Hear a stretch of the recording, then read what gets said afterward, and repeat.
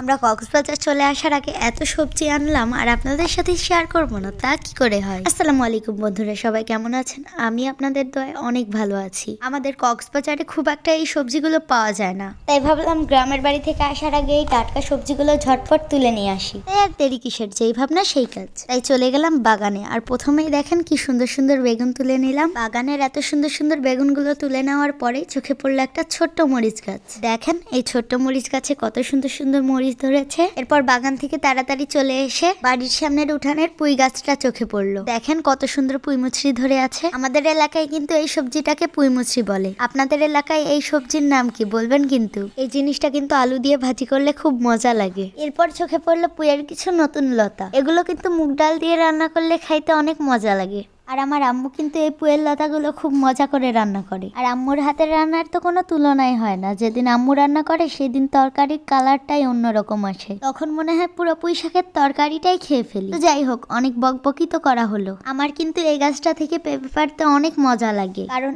এই পেঁপে গাছের পেঁপে অনেক বেশি মজা। তাই ভাবলাম চলে যেহেতু যাব, তাই একটা পেঁপে পেড়ে নিয়ে যাই। পেঁপে পাড়া শেষ হইলে আমরা চলে আসি বাড়িতে এসে দেখি আমরা চলে যাব দেখে সবাই খুব তাড়াহুড়ো করে বড়ি দিচ্ছে।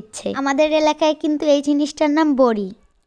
অনেক এলাকার মানুষ আবার এটাকে খায় না, অনেক এলাকার মানুষ আবার এটাকে চিনেই না, এটার নামই জানে না। কিন্তু আমাদের কাছে এটা খুবই ভালো লাগে। এই জিনিসটার আসল নাম কুমড়া বড়ি, কিন্তু আমরা শর্টকাটে এর নাম দিয়েছি শুধু বড়ি। কিন্তু একটা দুঃখের বিষয় হচ্ছে, আমরা যে এত কষ্ট করে বড়ি দিচ্ছি, আজকে কিন্তু একটুও রোদ নেই। তবে আমরা একটা টেকনিক খাটিয়েছি। যদি আপনারাও এই টেকনিকটি অবলম্বন করেন তাহলে কিন্তু আপনাদের বড়িও নষ্ট হবে না। আমরা এটাকে সারা রাত ফ্যানের বাতাসে শুকোতে দিয়েছি, এর ফলে বড়িটা নষ্ট হয়নি। আপনাদের সাথেও যদি কোনোদিন এরকম ঘটে যে আপনারা এত কষ্ট করে বড়ি দিচ্ছেন অথচ রোদ নেই, তাহলে আপনারা এই টেকনিকটা অবলম্বন করতে পারেন। তাহলে কিন্তু আপনার একটা বড়িও নষ্ট হবে না। আর আপনাদেরকে এই টেকনিকটা বলতে বলতে আমাদের বড়ি দেওয়াটাও কমপ্লিট হয়ে গেছে। এরপর চলে যাচ্ছি আমরা আরো একটা বাগানে। এই বাগানটা ছিল পেঁয়াজের বাগান। আর এখন যেহেতু শীতকাল, তাই সবাই খেতে পেঁয়াজ চাষ করছে। ফোনে যতটা না সুন্দর দেখাচ্ছে, বাস্তবে ঠিক তার থেকেও বেশি সুন্দর দেখাচ্ছিল ওয়েদারটা। তো এখন বেশি বকবক না করে চলেন